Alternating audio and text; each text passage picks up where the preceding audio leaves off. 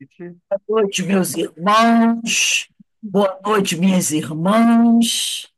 Nós estamos aqui na Sociedade de Estudos Espíritas Francisco de Assis, hoje, dia 19 de junho de 2025. E às quintas-feiras, nós realizamos a nossa reunião pública, onde nós estudamos esta obra maravilhosa, né, essa publicação de Allan Kardec, que é o Evangelho segundo o Espiritismo. O meu livro é bem velhinho, tá? Então não repare. Eu uso muito para os estudos, então ele vai, eu vou segurando, ele como posso. Então, gente, hoje o nosso estudo é do capítulo 9. Bem-aventurados os que são brandos e pacíficos. Vamos estudar hoje os itens 6 e 7. O item 6 é a afabilidade e doçura, e o item 7, a paciência. O item 6 é uma mensagem de Lázaro, e o item 7 é de um espírito amigo.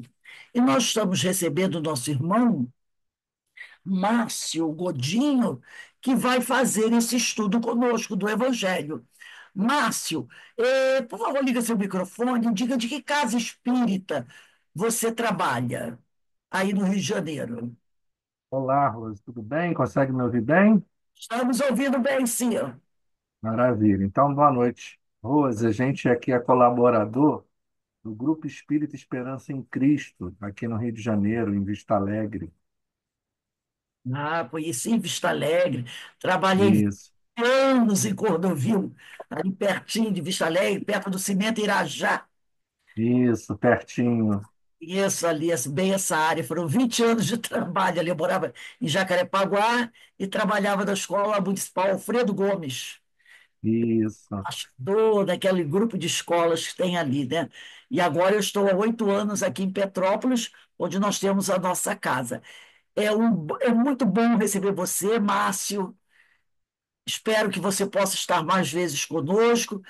Peço que você leve o nosso abraço, a sua casa espírita, e que Deus abençoe a todos vocês, abençoe o trabalho de vocês, tá bom? Mas antes de nós iniciarmos aqui a nossa reunião pública do dia de hoje, eu vou ler uma pequena página desse livro, Deus te abençoe, de Carlos Bacelli, pelo Espírito do Irmão José. E a página escolhida é Dentro de Casa. Diz assim, irmão José: é provável, sem dúvida, que contes com inúmeros problemas dentro de casa, sem que consigas solucioná-los.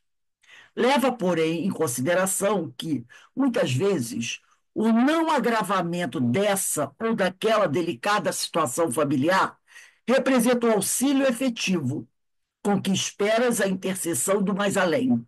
Assim, sob a alegação de que faceias dificuldades domésticas em demasia, não te eximas ao cumprimento do dever, a que a caridade te chama fora do lar. O que providencias em favor dos mais carentes é o que, em essência, reivindicas para ti. O céu te socorre através do próprio socorro, que fazes chegar aos semelhantes. O que consegues em benefício dos filhos alheios, outros pais haverão de conseguir em benefício de teus filhos. Ante os tribunais da divina justiça, a caridade é pedido que se protocola, com prioridade de favorável resposta. Não te agastes, nem te aborreças em teus transitórios e sucesso junto aos que mais amas. Do que semeias nos campos da vida, mais cedo ou mais tarde, os celeiros de teu lar se fartarão. Então, nesse momento, vamos elevar o nosso pensamento ao alto, ao nosso Pai Criador, a Jesus, o médico das almas, a Francisco de Assis, aos espíritos amigos, nossos benfeitores, nossos instrutores, primeiramente para agradecer todo o bem que temos recebido, toda a ajuda que esses amigos se desenvolvem para tornar a nossa vida melhor. As instruções, as orientações, o consolo que recebemos desses queridos irmãos. E como é importante para cada um de nós. Também pedimos ao Pai que abençoe muitos irmãos nossos que nesse momento passam por muitas dificuldades em várias partes do mundo. São guerras, são revoltas, são doenças, são dores, é a fome. Muitos filhos teus, ó Pai, estão em sofrimento. Por isso te pedimos que tenha misericórdia desses nossos irmãos. Os ampare, os console, para que a sua dor seja amenizada. E também pedimos ao Senhor que abençoe o nosso irmão Márcio, abençoe a sua família, abençoe o seu trabalho na casa espírita, o seu trabalho de onde ele tira o pão para sustentar ele e a sua família, e que esse irmão possa ser intuído para nos ajudar a compreender um pouco melhor os teus ensinamentos, Senhor. E assim, envolvidos por essas vibrações que caem do alto, te pedimos amorosamente, Pai amado, que nos dê a permissão para iniciarmos os nossos estudos desta quinta-feira abençoada. Graças a Deus. Márcio, a palavra está com você, tá bom? Você tem até 7h20, 7h25, se precisar de mais um pouquinho para completar suas reflexões. Que o Senhor continue a te abençoar e a te envolver com a misericórdia dele. Muito obrigado, viu, Rose? Eu também quero agradecer aí o convite que você, representando a Sociedade de Estudos Espíritas Francisco de Assis, fez a mim, tá bom? Também mandar, com certeza, um abraço fraterno de todos aqui do Grupo Espírita Esperança em Cristo para cada um de vocês, né? Deixa eu tentar, compartilhar uma tela aqui que vai ajudar a gente a fazer o nosso bate-papo da, da noite de hoje, tá bom? Chegou para aí a tela para vocês? Chegou? Estamos vendo. Então tá bom. Então eu fiquei sabendo que vocês fazem esse estudo sistematizado, não é isso? Do Evangelho segundo o Espiritismo, né? E para isso, eu tentei fazer assim uma recapitulação bem brevezinha desses primeiros itens do capítulo 9 do Evangelho segundo o Espiritismo. Mas antes de começar, eu queria só lembrar uma coisa, relembrando que o nosso benfeitor Emmanuel ensina para a gente que toda interpretação do Evangelho ela ela sempre será de natureza particular, ou seja, ninguém vai conseguir esgotar todas as interpretações possíveis de um texto espiritual como é o texto evangélico. Então, a única coisa que eu vou fazer com vocês é compartilhar um ponto de vista, tá bom? As minhas reflexões, como é que esse tema bateu na minha sensibilidade. E, novamente, relembrando Emmanuel, ele diz para a gente que todo ponto de vista é apenas a vista de um ponto. Então, vocês fiquem à vontade, se discordarem, não tem problema nenhum, tá bom? Eu só vou dar aqui uma pequena reflexão baseada nas minhas poucas capacidades, tá bom? Então, esse capítulo é um capítulo em que Allan Kardec vai tratar, junto com as mensagens dos Espíritos, sobre uma bem-aventurança.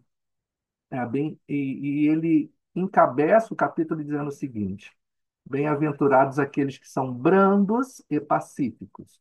E especificamente a nossa tarefa da noite de hoje é fazer uma reflexão sobre o item 6 e item 7, que são mensagens espirituais, como a Rose sublinhou. O item 6, a afabilidade e a doçura, e o item 7, a paciência, que são mensagens espirituais. Mas para que a gente possa não pegar o trem no meio do carreiro, eu vou resgatar as mensagens que Kardec, né, se baseou do Evangelho para fazer essa reflexão, e a sua escrita. Ele se calcou em duas passagens, em três passagens, né, passagens de Mateus, que são as seguintes. Relembrando, bem-aventurados os mansos, porque eles herdarão a terra, está em Mateus 5:5. Bem-aventurados os pacificadores, porque eles serão chamados filhos de Deus. Mateus 5:9. Mais adiante, vocês ouviram o que foi dito aos seus antepassados. não matarás, e quem matar estará sujeito a julgamento. E continua Mateus nesse texto, mas eu lhes digo que qualquer que se irar contra seu irmão estará sujeito a julgamento. Também, qualquer que disser a seu irmão raca será levado ao tribunal. E qualquer que disser louco corre o risco de ir para o fogo do inferno. Está em Mateus 5, versos 21 a 22. Então, percebam bem que Allan Kardec vai querer com que a gente reflita sobre aspectos do nosso comportamento de relação de uns com os outros, obviamente, né? E muitas das vezes esse comportamento vai estar calcado nessas expressões em que Mateus redigiu, em expressões de comportamento calcadas, muitas das vezes, na violência, na agressividade, na impulsividade, no distrato com o outro. Vejamos só essa recapitulação desse item inicial, item 4. Vamos relembrar. Vocês já estudaram. Por estas máximas, Jesus faz da doçura, da moderação, da mansuetude, da afabilidade e da paciência uma lei. São todas virtudes que se antepõem àqueles aspectos comportamentais primeiros que eu citei. Segue Kardec, no item 4.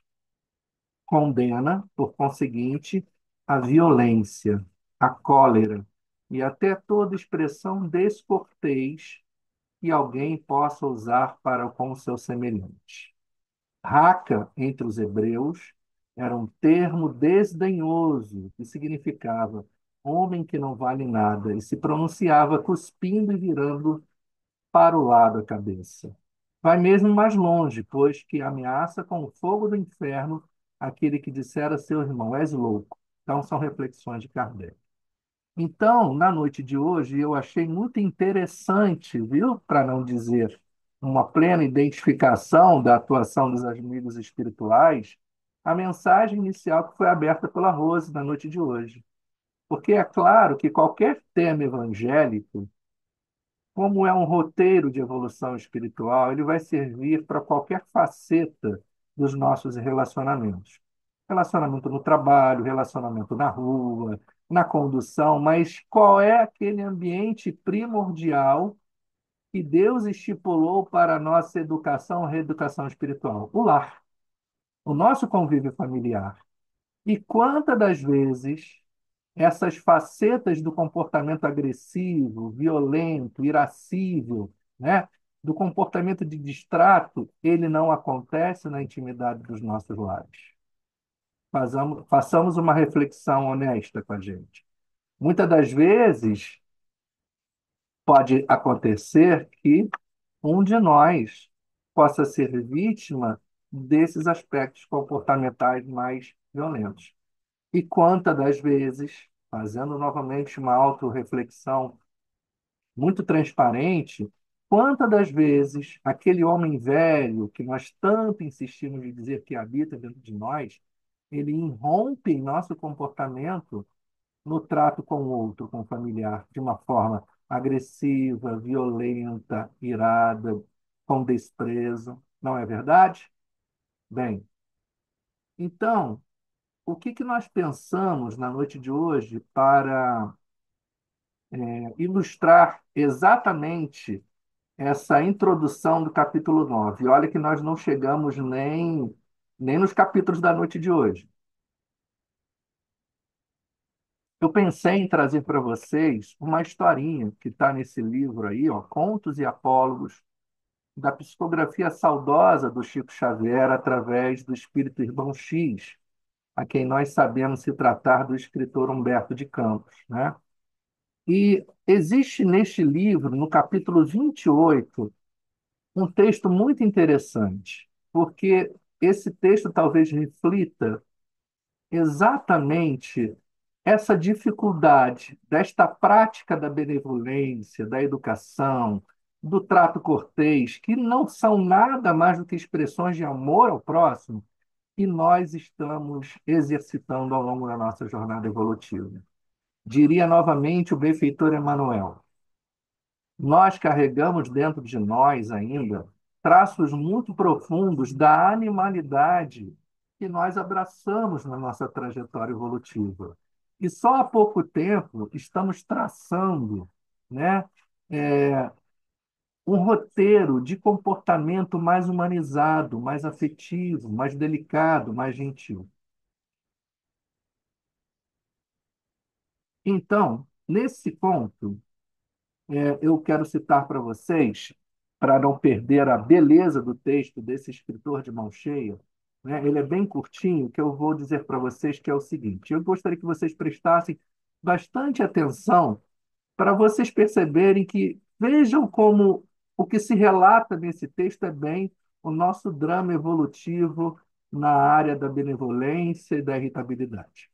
Diz o seguinte, irmão X: naquela manhã ensolarada de domingo, Gustavo Torres, em seu gabinete de estudo, alinhava, alinhava preciosos conceitos sobre a arte de julgar, de ajudar, perdão. Espiritualista consciencioso, acreditava que a luta na Terra era abençoada escola de formação do caráter e, por isso, atendendo às exigências do próprio ideal, enfileirava tranquila frases primorosas para o comentário evangélico que pretendia movimentar na noite seguinte. Então, estava se preparando para uma prédica evangélica. Depois de renovadora prece, começou a escrever sentidamente. E começou a escrever: o próximo de qualquer procedência é nosso irmão, credor de nosso melhor carinho. O caluniador é um teste de paciência. Quando somos vitimados pela ofensa, estamos recebendo de Jesus o bendito ensejo de auxiliar. Quando somos desesperação é chuva de veneno invisível. A desculpa constante é garantia de paz. Não esqueças que a irritação em qualquer parte é fermento de discórdia. Suporta a dificuldade com valor, porque a aprovação é recurso demonstrativo de nossa fé. Se um irmão transviado te prejudica o interesse, recebe nele a tua valiosa oportunidade de perdoar. Se alguém aparece como instrumento de aflição em tua casa, não fujas ao exercício da tolerância. Acalma, tonifica o espírito. Frases primorosas. Nesse momento, a velha criada veio trazer o chocolate sobre o qual, sem que ela percebesse, pousara a pequena mosca, encontrando a morte. Torres anotou o corpo estranho e, repentinamente indignado, bradou para a servidora: como se atreve a semelhança de desconsideração? Acredita que eu devo engolir um mosquito deste tamanho?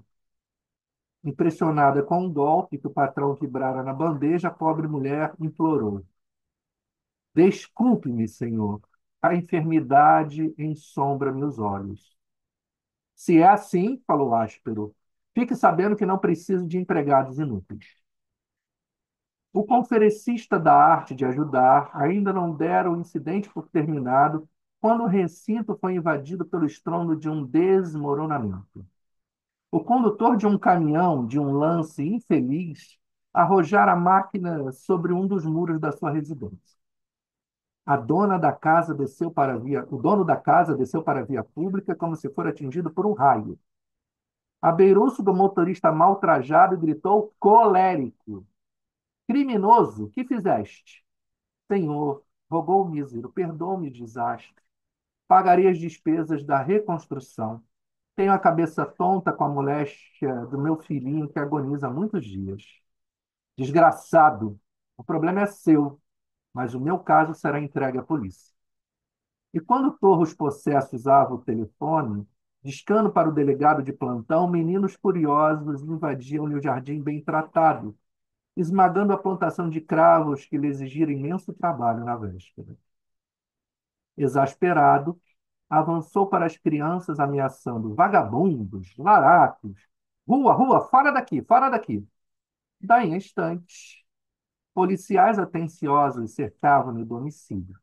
e Torres regressou ao gabinete, qual se estivesse acordando de um pesadelo. Da mesa destacava-se minúsculo cartaz, em que releu o formoso dístico aí grafado por ele mesmo: quando Jesus domina o coração, a vida está em paz. Atribulado, tentou-se. Deteve-se novamente na frase preciosa que escrevera, reconheceu quão difícil é ensinar com as palavras e quão difícil é instruir com os exemplos. E, envergonhado, passou a refletir. Irmão X. Essa é uma história de cunho filosófico-moral muito profundo, que a gente não vai poder se deter nela muito. Mas o que eu gostaria apenas de trazer é que o drama desse conferencista atribulado é o nosso drama do dia a dia, não é? É o nosso drama das dificuldades, né, de relacionamento interpessoal. Aqui o Evangelho nos traz algumas oportunidades para que a gente reflita, né, e possa descobrir como modificarmos esse comportamento, né? E aí, exatamente, a gente entra agora nos itens 6 e 7, em que Kardec, pedagogicamente, professor que era, vai trazer a contraparte, vai trazer a antítese desses traços comportamentais que nós trazemos. Então, essa primeira mensagem, uma mensagem espiritual, né, que está no item 6, a afabilidade e a doçura, foi ditada por o espírito Lázaro, em 1861. Então, vamos ver o que Lázaro tem a dizer para a gente. Ele diz o seguinte, deixa eu só... Pronto, só um... Diz o seguinte, Lázaro. A benevolência para com o semelhante, fruto do amor ao próximo, produz a afabilidade e a doçura, que são a sua manifestação. Entretanto, prestemos atenção nisso. Entretanto, nem sempre se deve fiar nas aparências, pois a educação e o traquejo do mundo podem dar o verniz dessas qualidades. Então, Lázaro começa a falar sobre alguns aspectos do comportamento social. É claro que, como vivemos em sociedade, esse convívio exige de nós um trato social, um verniz social, não é verdade? Afinal de contas, nós somos seres sociais. Mas Lázaro vai mais profundo, ele não está falando apenas desse verniz superficial. Ele está falando de indivíduos ou de nós quando adotamos comportamentos externos numa direção, mas internamente vibramos em outra faixa vibratória. Vejamos o que Lázaro diz. Quantos há cuja fingida bonomia é apenas uma máscara para o uso externo, uma roupagem cujo corte bem calculado disfarça as deformidades ocultas.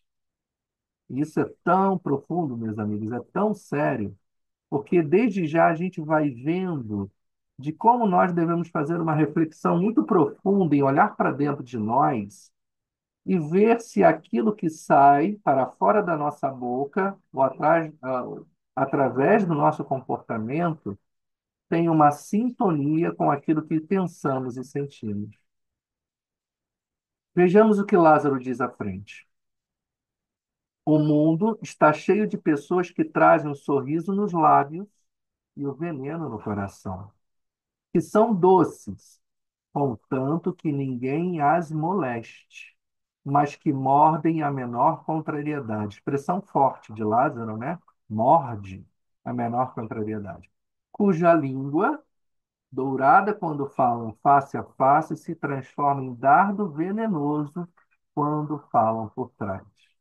Existe todo um capítulo aqui, até da psicologia moderna, mostrando para nós que muitas das vezes nós não fazemos, às vezes, nem com má intenção, mas por conta de trazermos dentro de nós comportamentos violentos, muitas das vezes herdados da infância, muitas das vezes vivemos em famílias violentas, muitas das vezes herdados de comportamentos violentos de outras reencarnações, às vezes nem sequer percebemos. o grau de agressão e violência com que lidamos no dia a dia com as pessoas. A essa classe, ainda, nesse texto de Lázaro, ele diz o seguinte: a essa classe pertencem ainda esses homens que são benignos fora de casa, mas tiranos domésticos que fazem a família e os subordinados suportarem o peso de seu orgulho e de seu despotismo, como para compensar o constrangimento a que se submetem lá fora. Infelizmente, é um capítulo da modernidade, o comportamento violento que muitos adquirem dentro de casa. Temos aí o fenômeno da violência intradomiciliar. Temos aí o nefasto fenômeno da violência contra a mulher, contra o idoso, contra as crianças. E, embora sejam temas muito difíceis, eles existem, meus irmãos, né? Eles estão aí. E muitas das vezes de pessoas com comportamento social polido, mas que, ao entrarem num contato mais íntimo com o outro, derramam toda a sua visceralidade violenta no trato com os seus companheiros. Segue Lázaro, não ousando impor a sua autoridade aos estranhos, que os colocariam no seu lugar, querem pelo menos ser temidos pelos que não podem resistir-lhes. Sua vaidade se satisfaz com poderem dizer: aqui eu mando e sou obedecido, sem pensar que poderiam acrescentar com mais razão: e sou detestado, né? E eu me lembro aqui que essas facetas do comportamento, como disse no início, não são apenas na intimidade do lar, né? Quantos companheiros em cargos administrativos, cargos políticos, né? Por exemplo, temos agora, né, no exato momento do planeta, estamos atravessando guerras declaradas no Oriente Médio, né? Guerras escoladas pela Rússia. Então, todas são expressões diferenciadas desta animalidade não domada, né? Desta agressividade, dessa violência, né? Esse não alcance ainda dessa faceta do amor ao próximo, que é o trato cortês, a afabilidade, a doçura no trato com o outro. E Lázaro termina dizendo o seguinte: não basta que os lábios destilem leite e mel, pois se o coração nada tem com isso, trata-se de hipocrisia. Aquele cuja afabilidade e doçura não são fingidas, jamais se desmente. É o mesmo para o mundo ou na intimidade, e sabe que se podem enganar os homens pelas aparências, não podem enganar a Deus. Não é por outra razão que a gente vai relembrar de uma sentença do Cristo quando disse: onde estiver o seu tesouro, estará o seu coração. Não é verdade? Lembra-se dessa expressão de Jesus? Mas quando nós somos vítimas dessa violência declarada, visível, perceptível, ou mesmo quando nós a praticamos, porque nesse exercício de sinceridade nós sabemos que nós, espíritos que habitamos a Terra, somos espíritos ainda muito imperfeitos, e algumas das vezes nós deixamos derramar estas facetas violentas dentro de nós. Quando ela é declarada, aberta, visível, fica fácil, relativamente fácil, de identificação. Mas eu gostaria, hum, perdoe, mas eu gostaria de trazer uma outra reflexão. Será que essa violência pode assumir facetas tão sutis que sejam socialmente aceitas e imperceptíveis para a maioria de nós? Então, nesse sentido, eu gostaria de trazer brevemente algumas reflexões que a companheira Ana Teresa Camasmir, companheira psicoterapeuta aqui da cidade do Rio de Janeiro, encabeçou neste livrinho que eu sugiro que vocês possam ler. É um livro maravilhoso, chama-se Caminha que a Vida Te Encontra. Então, nesse livro, Ana Teresa Camasmi consegue fazer um link entre o espiritismo e a psicologia moderna. Em determinado capítulo, ela vai fazer reflexões sobre as formas sutis de violência. São formas que são quase que imperceptíveis. Repito, porque muitas das vezes fazem parte de uma rotina tão presente na sociedade, na dinâmica da família, que nós não vamos percebendo O quanto de cota tem de levar a dor, o sofrimento do outro ou de nós próprios? Infelizmente, não dá para a gente se deter muito, mas eu apenas elenquei algumas delas e vou representar com frases que descrevem cada face sutil dessa violência. E, se vocês prestarem atenção, vocês vão perceber que muitas dessas frases nós já ouvimos. Ou, o que é mais chocante, muitas das vezes, alguma dessas frases, desses comportamentos, nós já o praticamos. Diz Ana Teresa Camasmi que as afirmações irônicas com relação ao outro trazem um traço de violência e desqualificação do outro. Por exemplo, alguém tem de trabalhar nesta casa, né? Quando é aquela pessoa que tem trabalho e os outros estão desempregados. Outra frase. Vamos receber visita aqui hoje? Em vez de elogiar aquele que limpou a casa naquele dia. Uma outra frase com afirmação irônica. Quer que eu desenhe para você entender? Dizendo que o outro não tem inteligência para compreender. Percebem? Que são aparentemente comportamentos sociais aceitos, corriqueiros, mas carregam uma carga enorme de violência. Silêncio punitivo, uma outra faceta sutil da violência. Ela se dá quando o indivíduo, quando não se faz o que quer para ele, ele fica sem falar, ignora a presença do outro e o trata como um estranho em eventos públicos. Se alguém lhe pergunta o que há de errado, responde que não é nada. Já presenciaram isso? Tenho certeza que sim.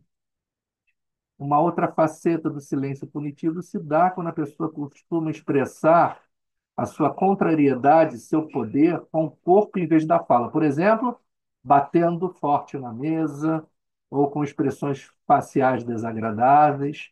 Nada mais são facetas de um silêncio punitivo. Vamos à outra? Chantagem emocional. Quem de nós já não sofreu? Quem de nós já não chantageou? Por exemplo, se você for embora, eu vou me matar. Outra frase. Um dia, quando você acordar, não vou estar mais aqui. Quantos pais falaram isso para seus filhos?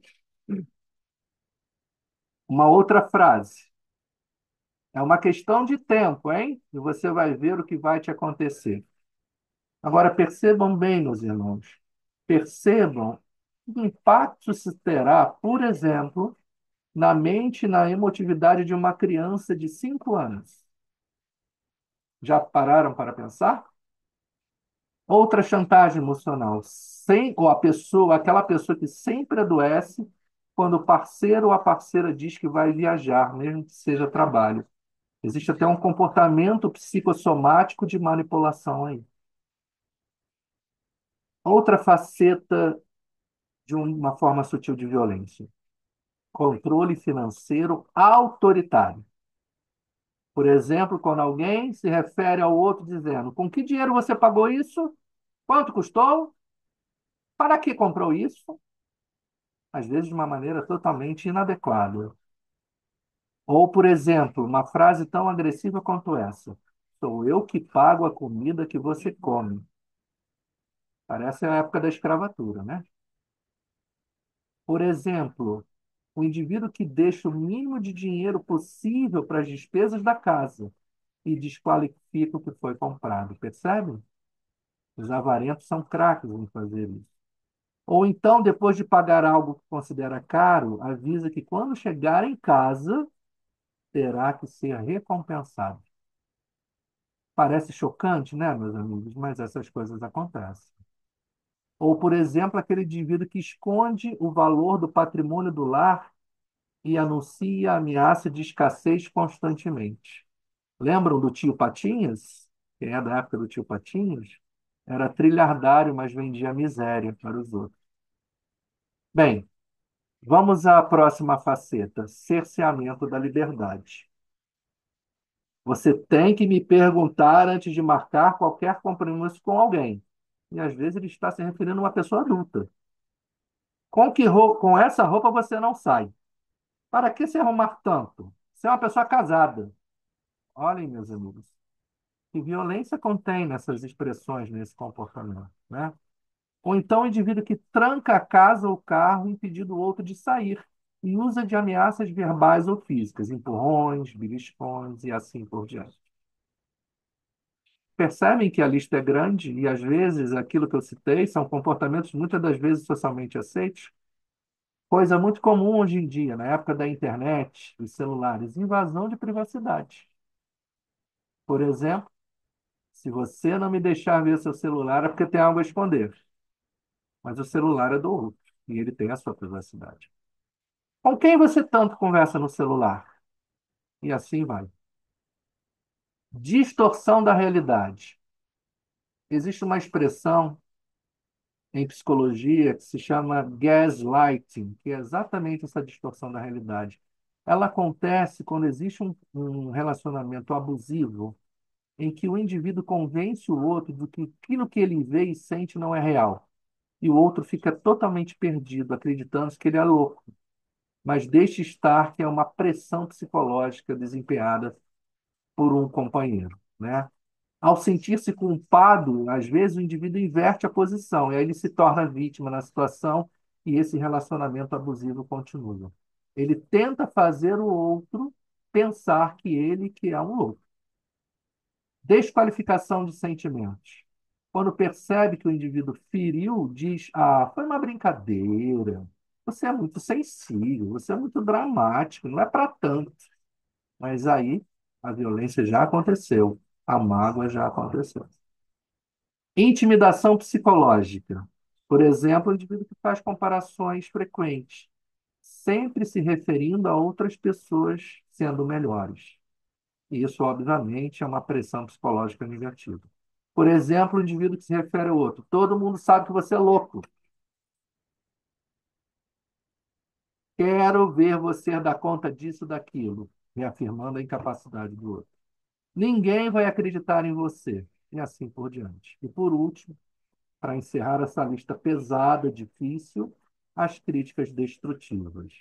Aquele indivíduo muito exigente com o outro, que não releva nenhuma falha, que não releva nenhum erro, como se nós fôssemos perfeitos. E coisa que sabemos pela doutrina, estamos muito longe disso. Nas críticas destrutivas, o indivíduo sempre aponta o que falta, fiscaliza o tempo todo, constrange o outro a se expor seus compramentos e grupos em tom de brincadeira. E assim por diante, sem falar de expressões grotescas, né? Você é gordo, você é burro, e assim por diante. Eu peço perdão, mas é uma reflexão difícil, mas necessária, meus amigos, porque quando Lázaro faz aquelas citações tão explícitas, tão claras, fica mais fácil da gente identificar. Mas muitas das vezes nós vamos adotando comportamentos sutis que não identificamos. E o item seguinte, o item 7, né, para que a gente possa estar se encaminhando aqui para o fim das nossas reflexões, é um item que trata sobre a paciência, né? Como diria Kardec, todas essas expressões da benevolência, da afabilidade e da paciência, que nada mais é do que a ciência da paz, são expressões do amor ao próximo. É impossível ser paciente se você não é benevolente e caridoso com o outro. Então, nesta mensagem, um espírito amigo diz o seguinte: a dor é uma bênção que Deus envia aos seus eleitos. Não vos aflijais, pois quando sofrerdes, antes bendizei de Deus onipotente, que pela dor neste mundo vos marcou para a glória do céu. Sede pacientes. Abre parênteses. Tentem albergar a paz no coração, mesmo nos momentos mais difíceis, mais dolorosos. Porque, diz o Espírito Amigo, a paciência também é uma caridade. Nada mais benevolente do que a gente ter um amigo, um companheiro, uma companheira que exercita paciente conosco, não é verdade? Quantas das vezes no auge das nossas dores, dos nossos dilemas, dos nossos, né, dos nossos desafios existenciais, a gente vai procurar aquele companheiro, aquela companheira que tem paciência em nos ouvir, coisa que está tão rara as pessoas poderem se ouvir, né? Então diz o Espírito Amigo, a paciência também é uma caridade. E deveis praticar a lei de caridade ensinada pelo Cristo enviado de Deus. Paciência e ciência da paz tão necessárias nesse mundo, cheio de violências implícitas e explícitas, culminando na guerra, né? E aí segue o Espírito dizendo o seguinte: a caridade, que consiste na esmola dada aos pobres, é a mais fácil de todas. Outra há, porém, muito mais penosa e, conseguintemente, muito mais meritória, a de perdoarmos ao que Deus colocou em nosso caminho para serem instrumentos de nosso sofrer e para nos porem à prova a paciência. Esse é um trecho lindíssimo dessa mensagem, porque não sei se vocês perceberam, o Espírito Amigo linkou a virtude do perdão à paciência. Porque aquele que nos fere, aquele que nos magoa, aquele que erra conosco, é um espírito que, com certeza, tem muitas carências internas. Aliás, se vocês tiverem a oportunidade de ler o livro de Ana Teresa, vocês vão lá aprender que todo comportamento violento, seja ele explícito ou implícito, é apenas uma maneira errada, torta, de manifestar uma profunda carência interna. Aquele que agride, aquele que ofende, aquele que causa dor, e isso nós não estamos endossando isso, mas entrando na gênese profunda desses comportamentos, são indivíduos extremamente carentes do ponto de vista emocional, psicológico e espiritual. Concordam? Com certeza. É impossível que alguém que esteja em plenitude agrida o outro. Então, se alguém nos agride, nos fere, nos magoa, é porque ele carece de muitas coisas. Então, olha que belíssima mensagem onde esse espírito linka o dom da paciência ao perdoar. Porque o que é o perdoar se não entender aquele companheiro, aquela companheira naquele momento existencial e a sabedoria plena que ele e eu somos filhos do mesmo Pai, do mesmo Deus, e que nós estamos em trajetórias diferentes no rumo da perfeição, com certeza. É um companheiro mais imaturo, é um companheiro sem tantos ganhos espirituais. Isso nos mune de capacidade de perdoar, calcado na paciência. É uma mensagem muito bela. Segue o Espírito dizendo o seguinte: a vida é difícil, bem o sei. Compõe-se de mil nadas, que são outras tantas picadas de Não, pode. alfinetes, 100% mas aí, que já fiz, já acabam por fui. ferir. Se, porém, atentarmos nos deveres que nos são impostos, nas consolações e compensações que, por outro lado, recebemos, havemos de reconhecer que são as bênçãos muito mais numerosas do que as dores. E aí esse Espírito fala sobre a nossa miopia espiritual, porque nós, quantas das vezes, abraçamos com mais intensidade as dificuldades do que as benesses? Não é verdade? Ainda como resultado desse atavismo espiritual, de estarmos muito mais perto da animalidade, às vezes nos agarramos ao dedinho machucado e esquecemos o mundo infinito de bênçãos que nós já gozamos. Diz o Espírito o seguinte: o fardo parece menos pesado quando se olha para o alto do que quando se curva para a terra fronte. Coragem, amigos. Tendes no Cristo o vosso modelo. Mais sofreu ele do que qualquer de vós, e nada tinha de que se penitenciar, ao passo que vós tendes de expiar o vosso passado e de vos fortalecer para o futuro. Sede, pois, pacientes, sede cristãos. Esta palavra resume tudo. Esse último parágrafo dá pano para a gente conversar bastante, né? Mas que fique para a nossa reflexão. Quantas das vezes Nós às vezes nos esquecemos que somos espíritos que nessa trajetória evolutiva temos muito a resgatar, temos muito a espiar, mas que além da lei do resgate, além da lei de causa e efeito, existe uma outra lei que se sobrepõe a ela, que é a lei da misericórdia divina. E muitas das vezes essa paga, né, dos erros traçados no caminho é feita pelo mínimo. Que Deus vai nos cercando de tantas benesses para que a gente resgate esse passado culposo. Então, esse Espírito nos solicita, sede paciente, sede cristão, né? E diz que é o resumo de tudo.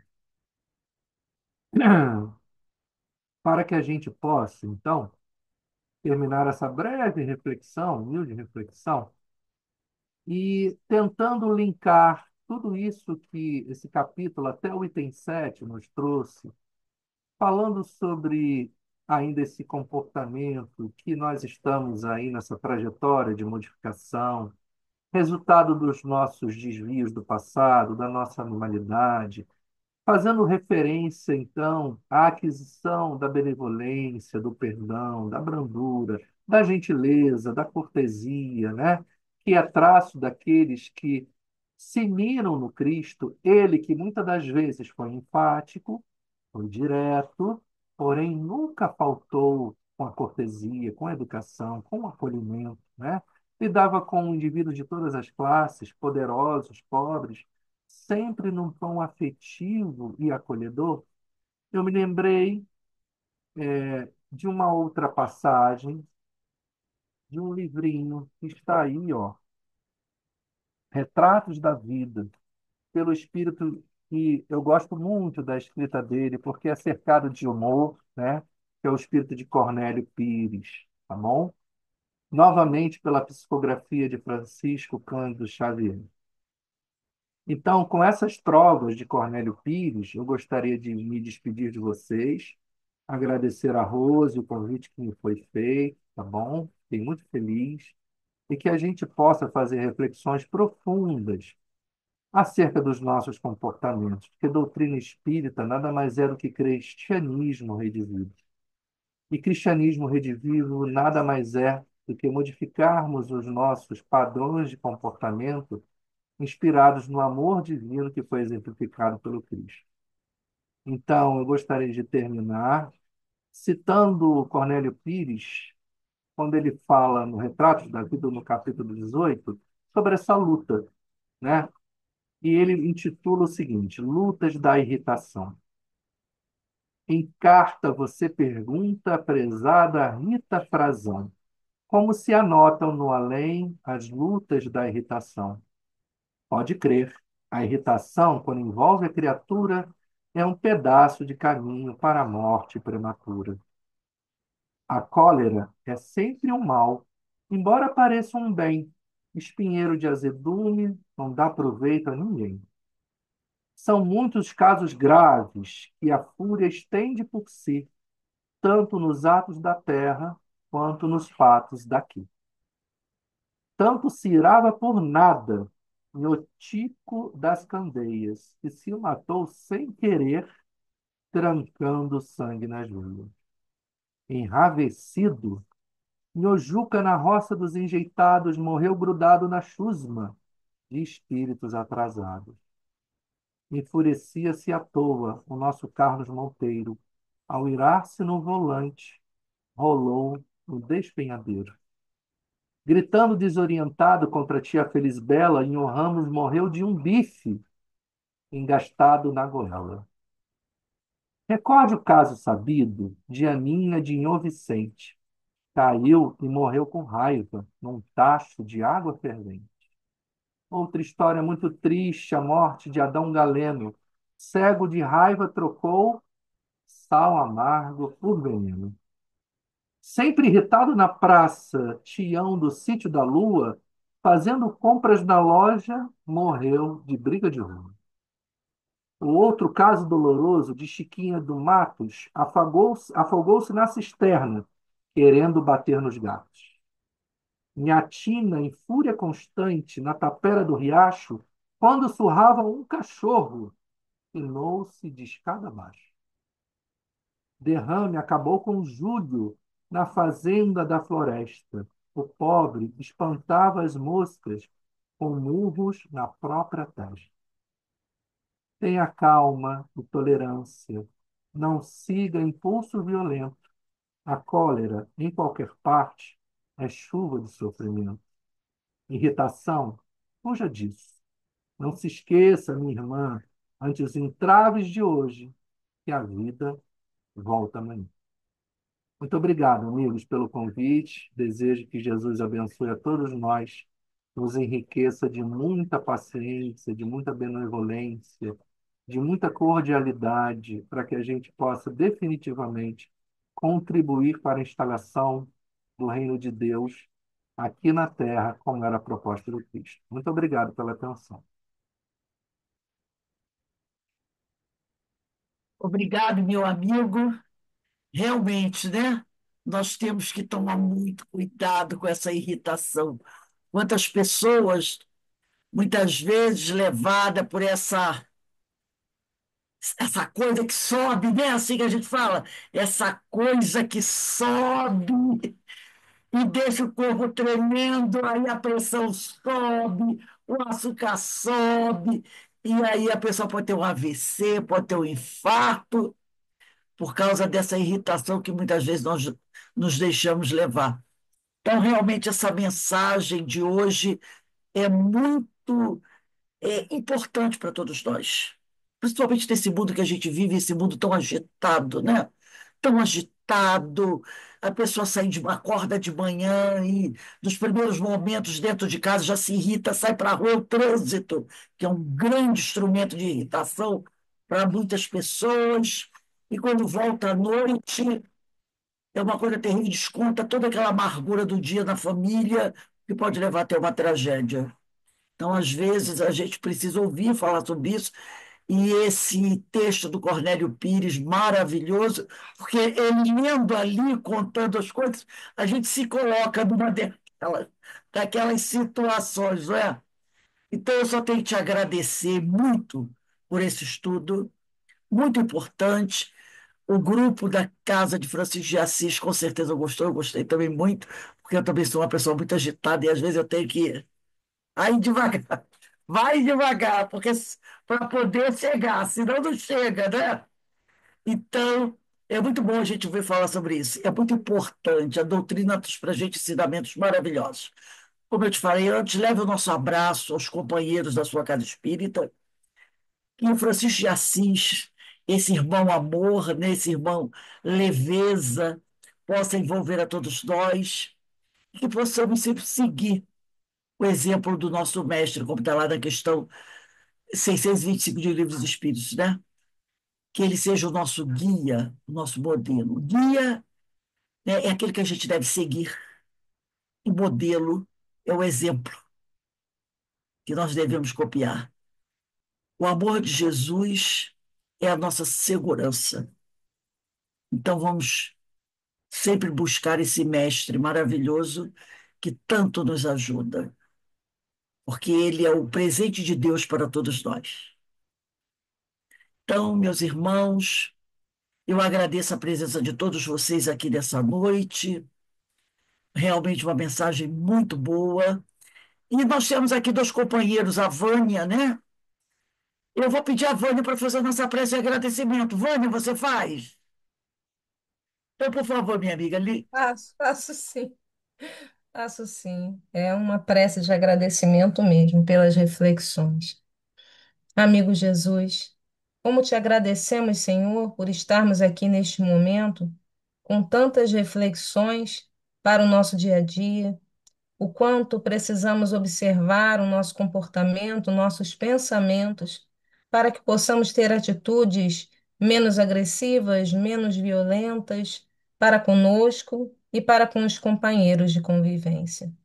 Que nós possamos vibrar paz, serenidade e amor, para que este mundo que nós desejamos que se torne um mundo regenerado possa começar dentro de nós mesmos e possamos lançar para cada pessoa que passa pela dificuldade uma vibração de amor, de coragem, de ânimo.